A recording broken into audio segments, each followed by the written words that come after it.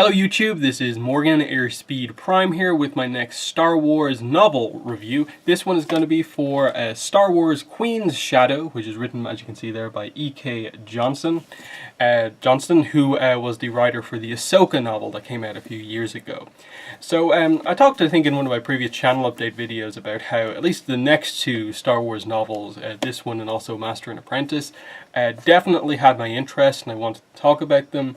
I believe the release date for this book is actually yesterday. I actually got it a few days ago in the post. But anyway, let's get into talking about this. I think this is an interesting book in terms of, like, is there spoilers for this or not? So I suppose for the sake of this, I'm going to be like, okay, I'm going to go full spoilers. But the nature of this book, I don't feel is one where you can, like, necessarily, like, spoil it outside of just the fact that me talking about any aspect of the book is a spoiler. I don't think there's any, like, inherent, like, if I mention this scene, it will ruin the book for you or anything like that. Because what the book is very much, you know, a character piece. It is, as it kind of shows here, it is the kind of transition from Padmé from episode 1, basically how she gets to the point where she is in episode 2. How she transitions from being Queen of Naboo to being Senator of Naboo, and the differences between being the leader of one planet versus being the Senator, where she has to have an opinion on, like, everything. And that's basically what the book is. It's nearly all of it is from Padmé's perspective. You get a little bit on her main handmaiden, Sabe, who is, I think, the Keira Knightley handmaiden. It's the handmaiden who takes Padmé's place while she's obviously just acting like a handmaiden herself. The one who acts as queen. Her you know, the one who looks most like her, and they basically in this book establish the fact that they're best friends. And so you get a little bit on her, as I suppose she transitions from basically finishing up her time as handmaiden, because she's specifically Padmé's handmaiden, not just a general one, because they kind of explain a lot of how the queen and how they kind of elect the queen and how the security detail for the queen works. And so each queen gets their own handmaidens, because of course the whole idea is to have this group of people who looks exactly like the queen. And so it shows her kind of going from being handmaiden to kind of suddenly having this freedom to do whatever she wants, but being the most loyal to Padmé. So she just basically acts throughout the most of this book as this kind of free-flowing member of Padmé's security team, where she's more of this kind of almost like private investigator to a degree. She just goes on these missions for Padmé. And it's interesting because at the very start of the book, like, it starts with basically Padmé's last day as queen. You know, she places her vote. You see her, you know, talk with her handmaidens, because she's, like, aware of, like, she also has to decide where she is going into the future, what's next for her after being queen. And they have to decide, now that they're not just, you know, part of Padmé's security detail anymore, what do they want to do with their lives? So you get the idea that one of them is going to be an artist, one of them wants to kind of just have a house filled with, like, lots of kids and just have a big family. One of them kind of wants to go into sort of like local politics, and it's an interesting thing, because you do get to know each of the handmaidens at least a little bit. You know, some more than others, of course, in that you do actually get to meet two sets of handmaidens, basically. The ones from Padmé's time as queen, so they're like her childhood friends, and then the new handmaidens, or kind of aides that she gets when she becomes senator. They decide that for her security, she should actually keep that sort of tradition and have what is in essence handmaidens, and that's where, like, Corday and those ones come from. So there's a few connections to the movies there, just with regards to, like, Corday is the handmaiden we see die on the landing platform at the start of episode 2. And as I said, Sabe, who's the other kind of, like, main character in this book, is the handmaiden who you know, takes on the role of queen while Padmé's acting as a handmaiden herself. And then the other ones, like, they're not as distinct, but, like, you know, they go into depth in terms of how that all works, in that they all take on specific new names when they become handmaidens. And that's why I think early on in the book they mentioned the fact that, like, because they're kind of serving Padmé, they take on a name that sort of references her own name. So that's why, like, all of her handmaidens have a, like, E accent on the end. Like, Padmé is Padmé with an accent on it, all of her handmaidens take on a name that's similar to their own name, but has the E accent on the end of it, and that, you know, they're fine with taking it, and usually they like the position so much that they kind of really embrace it as being their sort of true name going forward.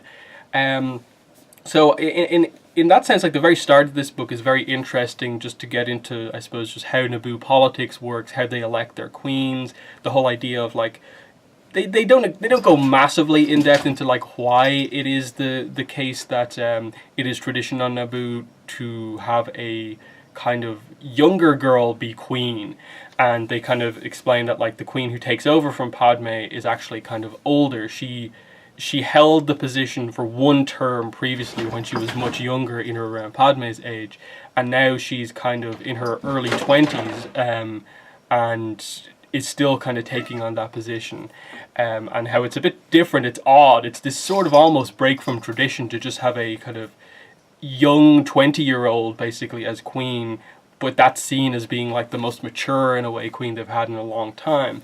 And in terms of Padmé's character here, what you get is, I suppose, her having to transition her kind of attitude from how she has to approach being queen to how she has to approach being senator, in that as as queen, she always has, like, the same face. The makeup, the fancy kind of dresses and stuff like that are done specifically so that the attention is completely drawn away from, like, the individual there. That's why all the handmaidens can act as her decoys whenever that they want. And there's this sense of, like, while Padmé made good decisions as queen, when it came to acting, like, publicly and so on, she just had to keep sort of that stony face on her the entire time, and that basically led to her not having any problems. But when she tries to act similarly as a senator, she kind of realizes that she has to have this different approach of handle every meeting with every senator differently. Some of them she might have to act more like the kind of the queen attitude. Some of them she has to be much more open, and it's all about this sort of transition from her, and that's why the book is sort of called Queen's Shadow. It's Padmé coming out of the Queen's Shadow, and then directly, I suppose, Sabe kind of being the Queen's Shadow, because she is literally the, you know, the decoy that usually you know, it takes the place of Padmé. So that's definitely an interesting one. Like they this book very much plays off a lot of references from episode 1, episode 2, and then also the Clone Wars once they get kind of a little bit more into her senatorial career. In that, like, I think we have stuff like I think Padmé talks to Anakin about how the new queen, in episode 2, the new queen specifically asked her to take on the role of senator, and she couldn't say no. And we see that happen. There's a little bit of thought given to it, in that early on in the book she's sort of struggling with the idea of, like, what she wants to do next. But deep down she sort of knows that she wants to do something in politics, but she ultimately hadn't really considered that she'd try and go for the role of senator or so. It did take her a little bit by surprise that the new queen immediately asked her to take on that role. So there's that, I think, that is quite interesting. I suppose I'll address it now while I remember it. The stuff, I suppose, with Anakin here, like, we're set, I think it's, 4 years, they don't really mention dates all that much, but I think it's in or around 4 years after the end of the episode 1. So Padmé is about 18 or so in this book, and I think roughly a year passes because we skip a little bit as we go through. In terms of her and, I suppose, thinking about Anakin, probably from some of the description stuff, like the back of the book and the scene that's presented there, you'd think that, like, oh, does Padmé go to Tatooine or anything like that? No, she constantly, I suppose, has been in a way changed by Tatooine, in that it's raised her awareness of, I suppose, slavery, and that's a subject that's sort of close to her heart, and she wants to change that, I suppose, when she's in the Senate. But what she does is she sends Sabe there in the aftermath of, like, obviously not being queen anymore, there to do as much as she can to, I suppose, help within Padmé's means, of course, as many slaves as possible, with the other story being that she also wants Sabe to try and find Shmi Skywalker. they directly say that that is one key part of the mission, is to get Shmi Skywalker out of slavery. And they mention stuff like when she gets there, she couldn't find where Watto was, other than the fact that like he lost her in some sort of a kind of bet type thing, or sold her. That she can't find Watto, she doesn't necessarily know where Shmi is anymore. Obviously we know the details of that because of episode 2, and especially if you read the episode 2 novelization, you know kind of a little bit more on that. But you know, just this fact that that part of the plot has to sort of be this sort of failure, and they don't really bring it up too much, but like there's a couple of pages where it is referenced, just that she wishes so much that she could find and save Shmi Skywalker, but that she has to sort of be happy with just I think the 25 or so slaves that they end up kind of buying and then giving a better life to. And then in general for the rest of the book, like it's kind of, the way they tackle it in the Senate is that the issue of slavery just keeps getting like minorly brought up, but kind of constantly dismissed because not enough people are going to really act and make a big change on that. So she also has to accept that the idea that like her idealism like isn't just going to win the day on every single subject, that she has to kind of play the politics game, and that's a large part of kind of what's happening here. Her early days as senator, she kind of tends to sort of keep to herself, as I said, do the kind of queen thing where, you know, she was just a leader as queen and there was no one really to like oppose her or like challenge her. Here that doesn't necessarily work, and she has to create these allies. And what ends up happening is that she goes in as senator having a bit of a bad reputation, because most of them kind of look on what she did as queen in terms of getting a new chancellor elected, and what she did speaking directly to the Senate to help save her planet, as being this thing where she like circumvented the system, and they kind of feel that she's almost this kind of new senator that will just try and kind of upstage everyone and go completely around the system.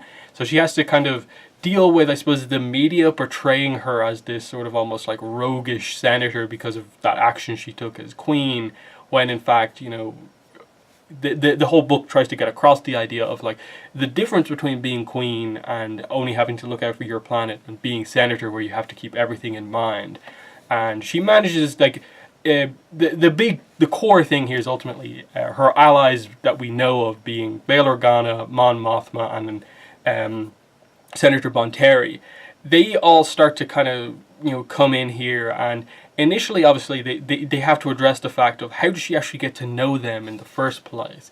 And they also are a little bit suspicious of her. Like they initially have the same thoughts that the media kind of does with her, but she eventually manages to convince them that her loyalty is to the Republic, and that she is this kind of idealistic kind of character who has, you know, true change and good at heart. And that's how kind of she gets sort of accepted into that group, and how we know from like the Clone Wars that they're the main senators who kind of act as her allies. There's also Senator Farr as well, who's like one of her father's allies as well. So there's you see how that group sort of forms as well. You also at this point get introduced to Clovis, who is basically established to be, along with her, one of these kind of new younger senators who are coming into play. And the way they play it in this book is that like Clovis seems to just kind of do everything he can to kind of be around Padmé, and from reading it, like, it's pretty clear that like he likes her. She's very kind of oblivious to the whole thing for the most part, and is more thinking about him politically, whereas he's kind of let down his guard because he actually likes her.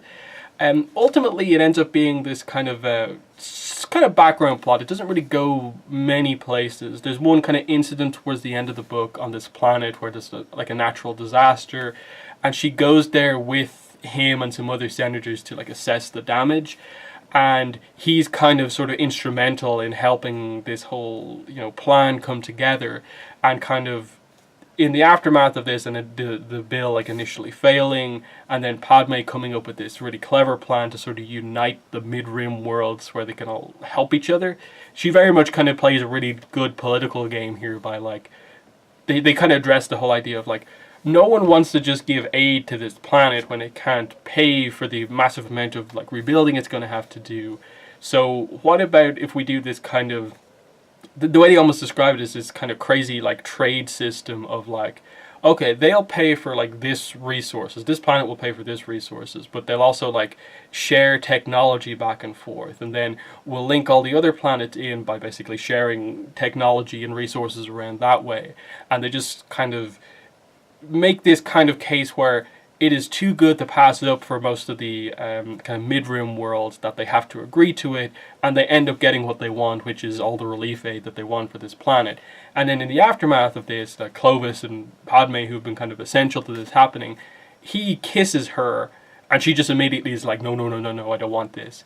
And that's why they kind of resolve it, because it happens right at the end of the book, and it's just meant to set up the idea that like Clovis and Padmé kind of have this more kind of personal history. That's obviously the episode from the Clone Wars with like Anakin being a bit jealous of this kind of past kind of relationship, and it's interesting that definitely how it kind of plays out, and they incorporate that in with Senator Bonteri, of course, who knows the Senator of Onderon. She's introduced as being kind of one of the first people that Padmé kind of speaks to, and kind of gets a sense as like is willing to help her. It acts as a bit of a mentor to her, and it seems like early on they're definitely presenting it that this will be Padmé's main ally. But she ends up getting in closer with Bail Organa and Mon Mothma first before her, and then by the end of the book, I think in part due to what's happening with the issue surrounding this planet, she is actually Bonteri is actually the one to initially propose this idea that we need to help this planet. But then she ends up kind of like backing away a little bit, that she doesn't get overly involved in the resolution of this bill. And there's a couple of scenes where kind of Padmé goes to meet her, and she's finishing up a conversation with someone very important high above her, and clearly this is the setup for the separatist movement, because we know obviously in the Clone Wars Senator Bonteri is kind of pro-separatist basically, so I think that's what they're setting up, and her kind of becoming disenfranchised with the Republic, and her higher-ups kind of making that decision for her. They don't really say it as much, but they kind of make it clear enough that that's what they're doing.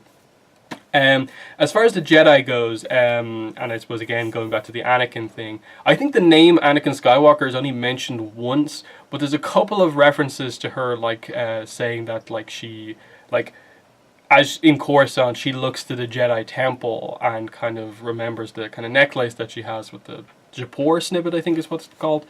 So there's a few references to Anakin that way, in terms of just like her the time on Tatooine where she basically met him, being this kind of important one that sort of changed her in a way.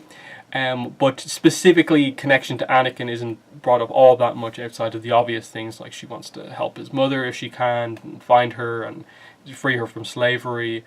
But her directly trying to in any way like initiate contact with Anakin isn't something that happens, mainly because she's so busy the entire time.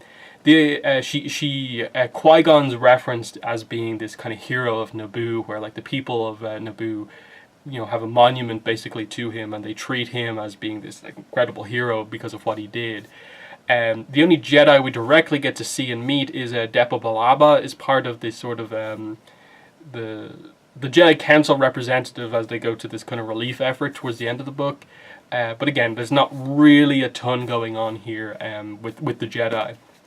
Then, of course, you have the trials, the many trials of Newt Gunray throughout all of this in the background, and like smaller attempts on Padmé's life. And then by the very end of the book, the kind of cliffhanger ending of the book is like, oh, it's just come out, Newt Gunray's been found not guilty, he has all of his resources back. And the word on the street basically is that he's going to send out hits for you. And that's basically meant to directly set up what's happening at the very start of episode 2, which is, of course, that Padmé has all these assassination attempts against her. And interestingly, the book ends with an epilogue set right at the end of episode 3. So we end with the epilogue of Padmé's death, like Sabe basically at her funeral, and then a kind of mysterious thing where Padmé, where Sabe is contacted by Bail Organa, and they just kind of ended like that. It's just left there where Sabe realizes that, like, okay, the Empire's forming, Palpatine is in charge, what's happened here, Padmé's dead, how did all of this happen? and then she's called by Senator Organa. So I suppose this might be some sort of a thing where like Sabe becomes part of the Rebel Alliance, basically. I think is where they're going with this, and she's going to like potentially investigate Padmé's death. And now, I'm not sure if it's meant to be a direct setup for a sequel where like we got kind of introduced to Sabe as kind of like the secondary main character in this book, and then in the next book we're going to see her investigating the start of the Empire, the start of the Rebel Alliance, and seeing what happened. Because they did make it super clear that, you know, Padmé and Sabe were extremely close. They were best friends, and not just because of the roles that they had. Even afterwards, as I said, Sabe takes on the position of, like, basically, I am utterly loyal to you. If you ask me to do anything, Padmé, I will do it for you, even if that involves dying. So it's this sense of, like, a couple of characters kind of say it to her in a way of, like, you're sort of locked into position because you still have this thing of, like, Padmé can ask you to do anything and you'll do it for her. Now, Padmé never takes advantage of that for the most part in this book, but the idea that Padmé's death and she's beginning to kind of create this life for herself, now Padmé's gone, what is Sabe going to do going forward? I think it's very interesting to think about. Is it enough to justify another book? I'm not entirely sure, because I don't think it's referencing anything else that we know. I think this is just a full new addition to the kind of canon in a way that like Sabe potentially gets involved in this stuff. So yeah, I think that's most of what I want to talk about here in terms of what this book is about.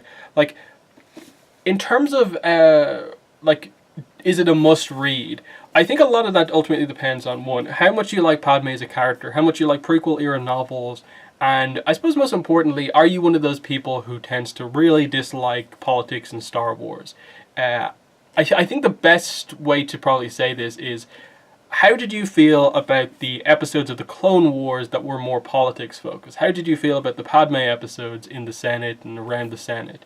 If you like those, if you like all that stuff with Senator Bonteri, kind of Lux Bonteri, and that sort of stuff, you'll probably like what goes on here, because it's very kind of episode 1 centric. You get at the very start a lot on the Queen, how that all works, and you get just the idea of like, here is a brand new senator basically reacting to just being a senator for the first time and all the different things that are happening here. If you want to see that section of Padmé's life, it's done here, and it's done here in my mind, very good way. Like, it's a young adult novel, so it doesn't go like crazy in-depth into the politics, but it is brought up a lot. They are discussing like the Trade Federation a lot, the idea of shipping and like pirates taking out shipments and that sort of stuff. If you really didn't like the politics from episode 1, a lot of this book might frustrate you. I've never had a problem with that sort of stuff. Like,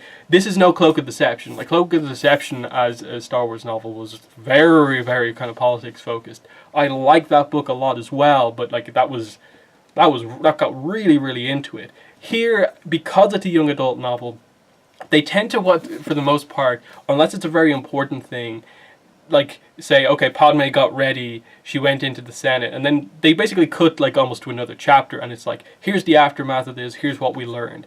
They don't really spend too much time just going back and forth on the mundane politics. They very much kind of skip past it so that you get the borderline like cliff note versions of, here's Padmé's reaction to these key events happening in the Senate, her first time joining a committee, her first time putting her pod out there, and the whole like the chair recognizes the senator from Naboo bit, like her first time doing that. Like, that's what this book is about, and if you like that, I think you'll like this book. And if you like Ahsoka, the writing style is just as good here, and yeah. So I was pretty pleased with this book. I don't at all regret getting it or putting the time in to read it. I just wouldn't. The one thing I'd say about it is just that like it's probably not the most important Star Wars novel we've ever had, but it's books like these that I think we need more of like acknowledging the prequel trilogy and how interesting its characters are, how interesting the world building around that time is, and I think that's what's going to see Disney in a way gets some success with some of the backlash that's been happening with Star Wars of late. Like I said, I'm very excited for the next book, Master and Apprentice, Qui-Gon and Obi-Wan.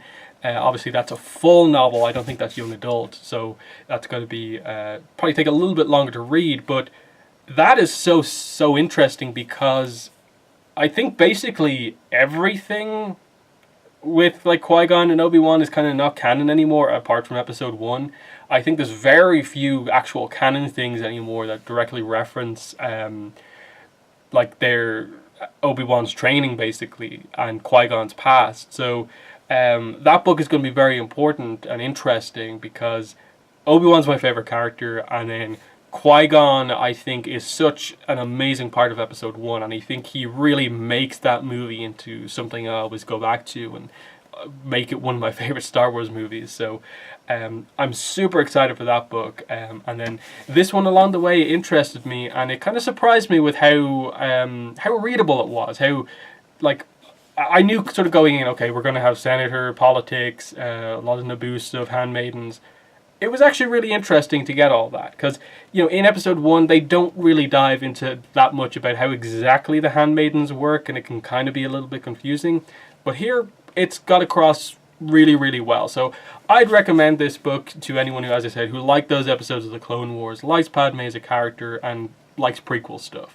So yeah, I think the book is out tomorrow officially, might be today, but either way it's available hardback here. I think paperback is a month or two away, like Kindle audiobook. I think the voice actress for Padmé from the Clone Wars, Catherine Tabor, I think narrates at least part of the audiobook. I haven't looked into it too much, I just saw something fairly recently about that, so that's pretty cool, because I think her first novel, Ahsoka, was narrated by Ashley Eckstein, so the fact that they've got the voice actors for Padmé in to do it, I think is really, really cool. But yeah, that's been my review of the book. If you have any comments, definitely leave them in the comment section below.